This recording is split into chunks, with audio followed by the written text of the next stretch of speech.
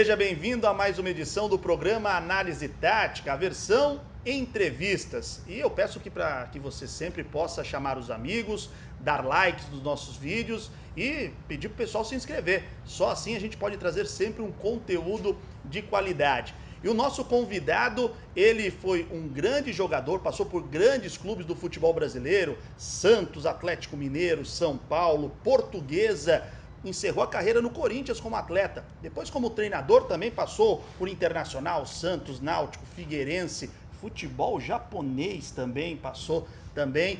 E, mais recentemente, como diretor de futebol do Atlético Mineiro. Conheça um pouco mais do nosso convidado.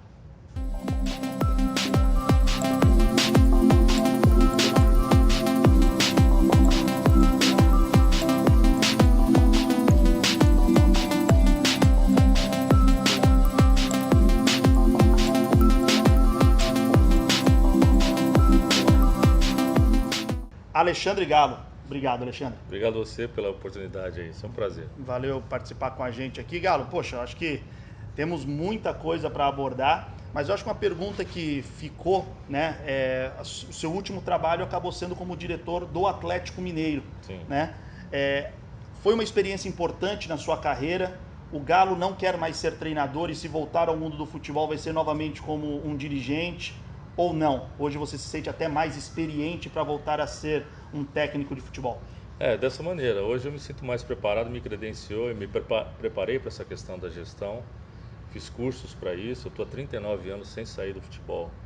E evidentemente que isso me credencia de novo a voltar para o campo, a ter novas experiências e entender um pouquinho também o lado da gestão. Isso foi muito bom para mim.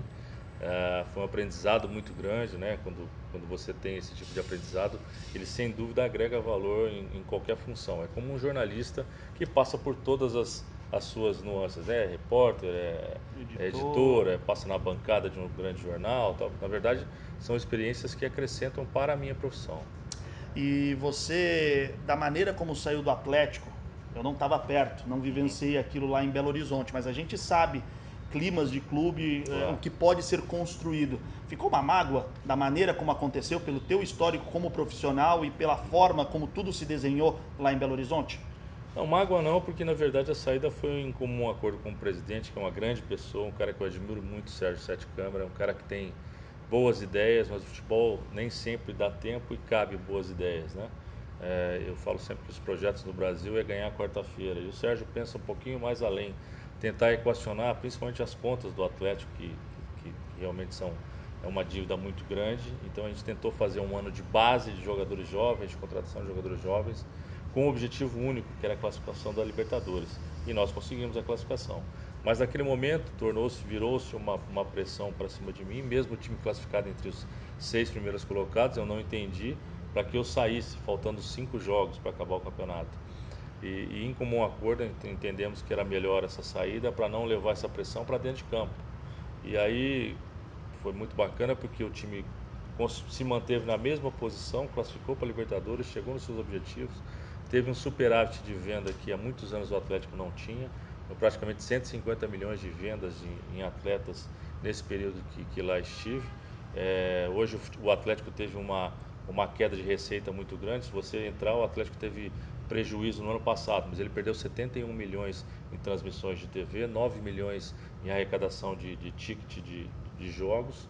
Então, quer dizer, o prejuízo que teve não teve absolutamente nada a ver com a questão futebol. O futebol foi superavitário. Alexandre Galo, nosso convidado aqui no programa Análise Tática, 2 anos e meio como coordenador técnico, foi coordenador de todas as categorias da seleção brasileira, de base da seleção brasileira. Sim. E o assunto base, ele tem sido sempre recorrente, né? Até no exterior se questiona o que acontece com o lugar onde se mais criava jogadores de talento no mundo, que era o futebol brasileiro. Você que trabalhou por muito tempo na base, o que acontece hoje com a base do futebol brasileiro, Galo? Não, eu acho que a base ainda vai continuar e o Brasil vai continuar revelando grandes jogadores, né? O problema, eu acho que vai um pouquinho mais além.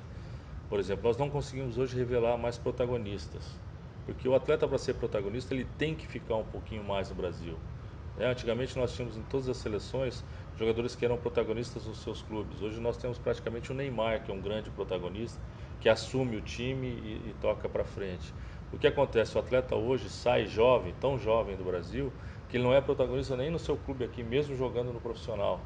Então isso aí é um perigo muito grande para a continuidade do futebol brasileiro. Mas o erro está em quem cuida da carreira do atleta, Não, na sua visão? eu acho que, por exemplo, a média de saída de atletas da seleção do Brasil hoje é mais ou menos em torno de 1.000 por ano. Quer dizer, eu fiz um levantamento na CBF, eu levantei 162 jogadores jogando em grandes clubes na Europa, que nós não tínhamos nem registro na CBF, que saíram abaixo de 15 anos, entendeu? Então é um problema sério, é um problema grave e eu acho que a CBF tem que tomar uma atenção muito grande com isso, porque cada vez vai ficar pior, né? Isso se reflete no profissional. Sem dúvida, porque o reflexo é na seleção brasileira. Sim. Porque a seleção brasileira tem que ser recheada de protagonistas, entendeu? O jogador tem que ser protagonista no Barcelona, no Bayern de Munique, no Liverpool, mas ele tem que ser protagonista e não só mais um. O Santos sempre foi um grande revelador de jogadores da base, tem passado ultimamente por dificuldades, né? A maneira em que as pessoas que acabam gerindo o futebol dentro dos clubes precisaria ser profissionalizado isso, Galo, na sua opinião? Hoje, infelizmente, nos grandes clubes do futebol brasileiro, e pode até desembocar aí nas confederações, pessoas que não têm qualificação suficiente para gerir o futebol. Isso acaba indo ao encontro dessa queda de rendimento e na produção de protagonistas, como você disse. A questão protagonista é um pouquinho mais de tempo. A manutenção desses atletas jovens aqui no Brasil é um pouquinho mais de tempo. Eu acho que no Brasil existem bons trabalhos, trabalhos medianos e trabalhos ruins. Você citou o Santos. O Santos tem uma característica diferente dos outros clubes, que, por exemplo, a torcida entende dar-se a oportunidade ao jovem a jogar e a errar e seguir jogando. Eu joguei no Santos por 5 anos e entendo bem o que é isso. Isso é uma coisa bacana para o Santos, ele vai estar sempre sendo um revelador porque a torcida aceita esse tipo de situação. Mas já trabalhei em clubes que a torcida não aceita, que queimaram-se etapas e queimaram-se jogadores importantes de qualidade, com talento, com capacidade física e técnica de crescimento, porque a torcida, a direção não aceitava e não dava tempo para que esse atleta amadurecesse dentro do profissional. Um exemplo de clube que você encontrou resistência para isso. Pode falar? Pô, é melhor não falar, Melhor não mas é falar? melhor não falar. Mas existem clubes que não dão essa A atenção. resistência vem do dirigente ou vem da torcida, Galo? Ambos, Ambos. ambos, ambos. A torcida entende que contratar medalhão, contratar jogadores com nome vai resolver. Nem sempre isso acontece. Eu acho que tem espaço para tudo no futebol, mas tem que existir um equilíbrio. Tudo que existe um equilíbrio é interessante para todo mundo. Você, como jogador, passou pelo Santos na campanha do vice brasileiro de 95. Sim. Aí você foi para a Portuguesa, teve naquela belíssima campanha da Portuguesa que acabou sendo derrotada para o Grêmio na final do Brasileiro. Passou pelo São Paulo, foi campeão paulista em 98. Encerrou a carreira no Corinthians em 2001. Da sua carreira como atleta, se você pudesse elencar aí quais foram os seus principais pontos, o ápice, talvez, da sua carreira como jogador, qual que você pensaria? Então, eu tenho 4 medalhas na minha casa, eu falo para todo mundo, de 3 vice-campeonato brasileiro e um de campeão brasileiro, mas como auxiliar técnico do Vanderlei no Santos em 2004, né? Foram 3 anos, esse 95, 96, 99 no Atlético, foram anos importantes, os times não eram favoritos e chegamos na decisão com uma estrutura de time que eu era praticamente o capitão dessas equipes, na Portuguesa era o capitão, o Olídio José Ribeiro, que é um grande amigo, um grande parceiro, mas tanto no Santos como no Atlético era uma equipe que se fazia pelo conjunto, pela amizade, pela estrutura, enfrentando equipes melhores, né? Eu acho que aquele Fluminense que nós tiramos na semifinal de 95 era o melhor time no ano, com o Renato, com o Gaúcho, com Ailton, Vampeta, uma grande equipe. Mas nossa equipe superou na determinação e na vontade de chegar. Então acho que esses 3 anos foram anos importantes.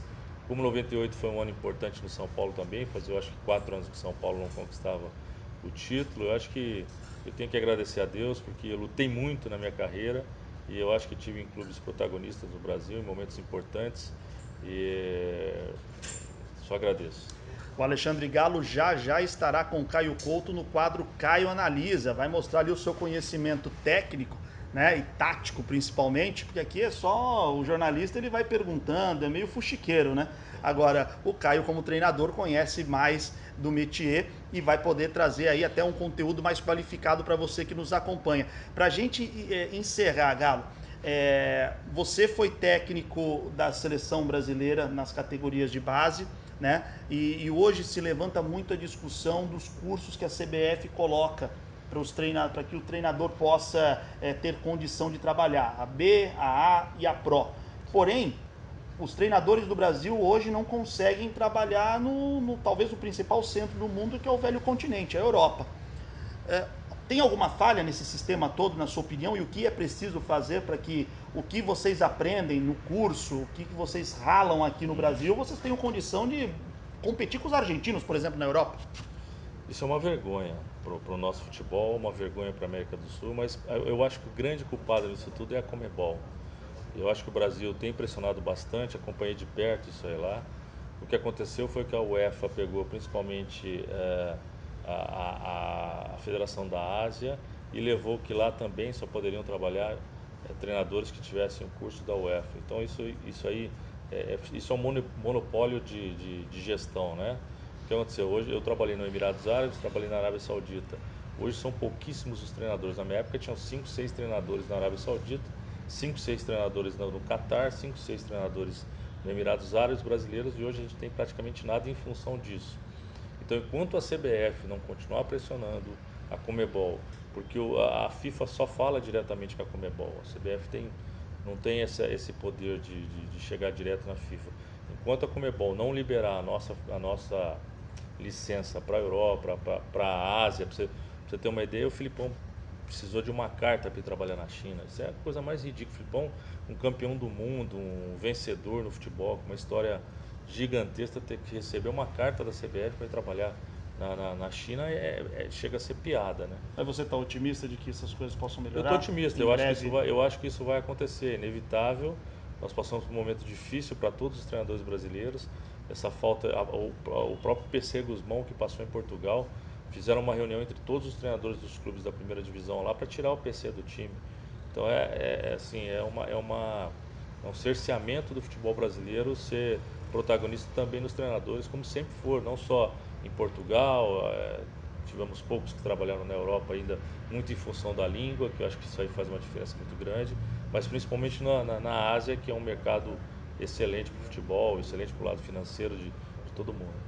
Alexandre Galo, opinião forte, hein? Bacana. Daria muito mais resenha aqui, mas vamos criar um dinamismo e chamar o quadro agora para que ele venha na prancheta com Caio Couto mostrar todo o seu conhecimento tático.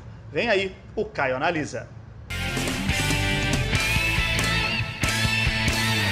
Estamos de volta com o Alexandre Galo. Galo, muito obrigado aí pela presença mais uma vez. É isso, obrigado a vocês. Poder brilhantar com toda a sua experiência aí, o nosso canal aí, o pessoal que nos acompanha com certeza está muito feliz.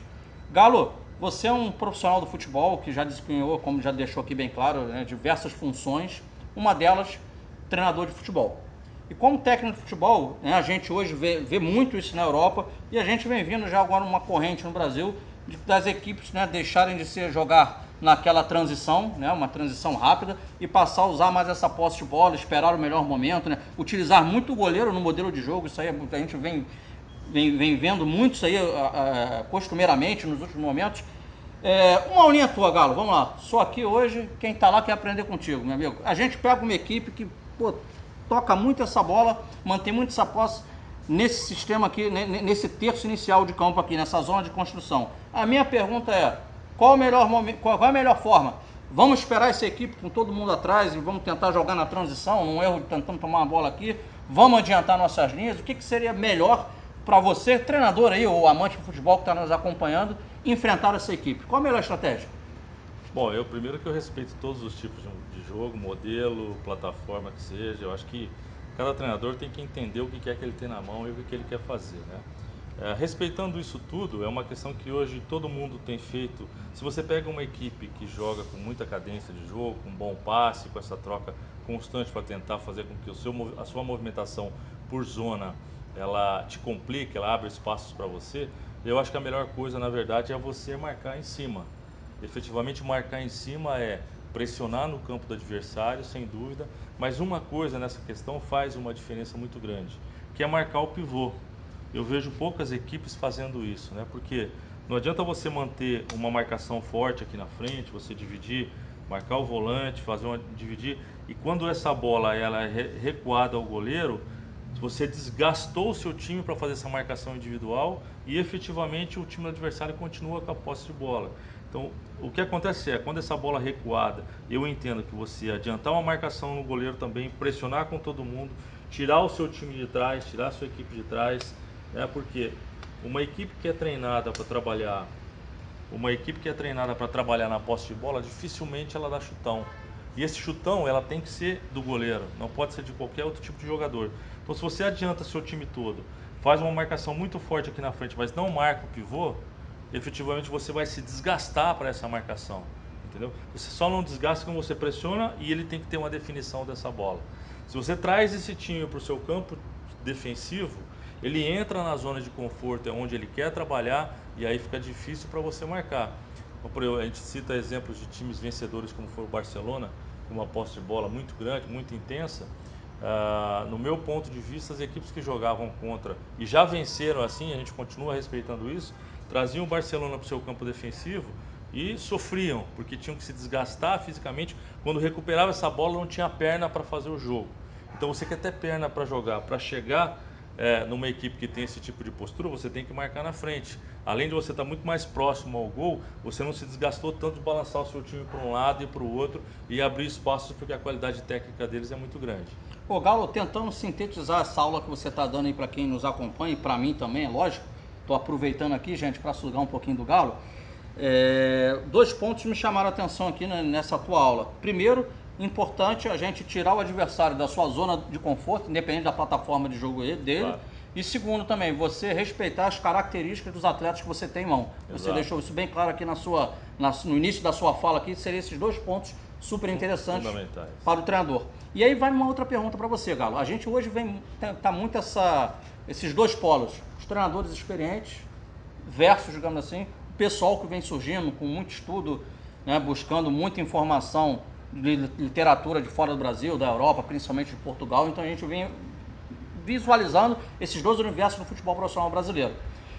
O que você, Galo, considera preponderante para um treinador ser vencedor no Brasil? Vamos lá.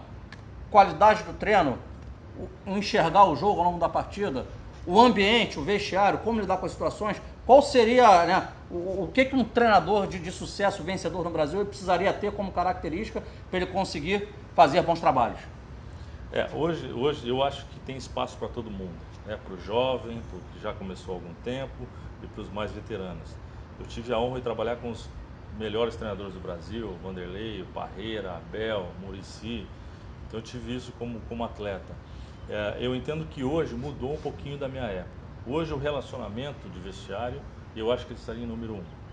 Acho que segundo a parte de treinamento e terceira a visão técnica e tática dos jogos, né? Antigamente a gente era muito focado na questão dos treinamentos e na parte dos jogos. Eu acho que hoje a relação, porque hoje em função da mudança da lei, os atletas se tornaram pessoas jurídicas praticamente. Então hoje você trabalha com uma pessoa jurídica.